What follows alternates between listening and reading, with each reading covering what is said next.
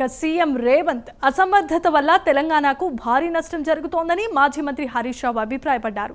రేవంత్కు కేంద్రాన్ని ఎదిరించే ధైర్యం, చంద్రబాబును ప్రశ్నించే దమ్ము రెండూ లేవని అన్నారు. ఏపీ తెలంగాణ రెండు కళ్ళు అని చంద్రబాబు అంటున్నారని, సాగర్ శ్రీశైలం ద్వారా ఏపీకి అక్రమంగా నీటిని తరలించుకుపోతున్నారని హరీష్ రావు దుయ్యబట్టారు. ఇక చంద్రబాబు సమన్యాయం మాటలోనే ఉంది కానీ చేతల్లో కాదని ఎద్దేవా చేశారు. ఢిల్లీలో చంద్రబాబు పలుకుబడి కారణంగా తెలంగాణ ప్రాజెక్టుల డిపిఆర్లు వెనక్కి వస్తున్నాయని హరీష్ తెలిపారు. ప్రేమ తెలంగాణ మీద నిజమైతే, సమన్యాయమే నిజమనుకుంటే, రెండు కళ్ళ సిద్ధాంతమే నిజమైతే, ఈ 4 ప్రాజెక్టులు తెలంగాణకు అనుమతులు ఇవ్వండి, మా ఆంధ్రప్రదేశ్ ప్రభుత్వానికి అభ్యంతరం లేదు అని వెంటనే కేంద్ర ప్రభుత్వానికి ఉత్తరం రాయండి.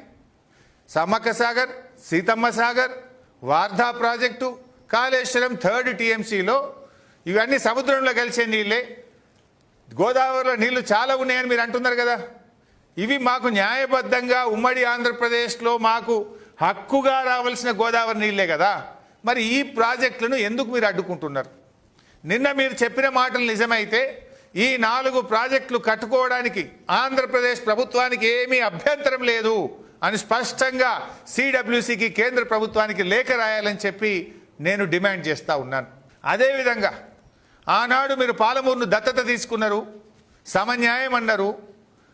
ఉమ్మడి ఆంధ్రప్రదేశ్లో దేశంలోని అత్యధిక వలసల జిల్లాగా పేరు పొందిన పాలమూరు జిల్లాలో నిర్మిస్తున్న పాలమూరు ఎత్తిపోతల పథకం, దిండి ఎత్తిపోతల పథకంలో మాకు అభ్యంతరం లేదు అని కేంద్ర ప్రభుత్వానికి లేఖ రాసి మీ సమన్యాయాన్ని నిరూపించుకోవాలని చెప్పి నేను కోరుతా ఉన్నా. ఢిల్లీలో బీజేపీ ప్రభుత్వం మీ చేతుల్లో ఉన్నది.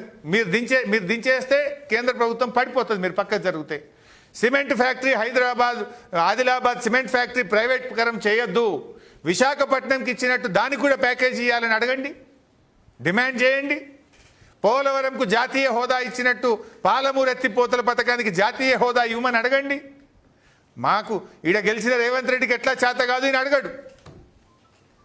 ఇక్కడ ఉన్న 8 ఎంపీలు 8+8 = 0. 8 బీజేపీ ఎంపీలు, 8 కాంగ్రెస్ ఎంపీలు గెలిచింది. కానీ సిమెంట్ ఫ్యాక్టరీని తుక్కు కింద అమ్మిన బీజేపీ ఎంపీలు అడగరు, కాంగ్రెస్ ఎంపీలు పార్లమెంట్లో ప్రశ్నించరు. మరి సమన్యాయం అన్న మీరెందుకు మాట్లాడరు? అంటే ఇలా రాష్ట్ర ప్రజలకు మేము ఏం చెప్పే ప్రయత్నం చేస్తున్నామంటే, మీ సమన్యాయం, మీ రెండు కళ్ళ సిద్ధాంతం మీది మాటల్లో తప్ప చేతల్లో లేదు అనేటువంటిది కుండ బద్దలు కొట్టినట్టు ప్రజలకు అర్థమయ్యేటట్టు సాక్ష్యాధారాలతో సహా ఈరోజు మేము బయట పెట్టదలుచుకున్నాం. ఇవాళ మీరు ఆంధ్రప్రదేశ్ హక్కుల కోసం మీరు పనిచేస్తుండొచ్చు. ఇవాళ తెలంగాణ ముఖ్యమంత్రి ఏం చేస్తుండని నేను అడుగుతా ఉన్నా. తెలంగాణ ముఖ్యమంత్రి సిమెంట్ కార్పొరేషన్ ఆఫ్ ఇండియాను తుక్కు కింద అమ్మితే ఢిల్లీలో పోయి ప్రధానమంత్రిని అడగొచ్చు కదా, లేదు అఖిల పక్షాన్ని తీసుకుపోవచ్చు కదా, ధర్నా పెట్టొచ్చు కదా. ఎందుకు పెట్టరు? ఎందుకు ప్రశ్నించరు? నేను అడుగుతా ఉన్నా.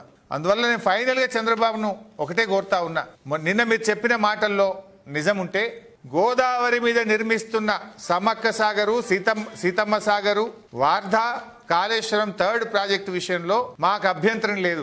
గోదావరిలో చాలా నీళ్లున్నాయి. నిన్న మీరే చెప్పినారు 1000 TMCలు సముద్రంలో కలుస్తున్నాయి అన్నారు కదా.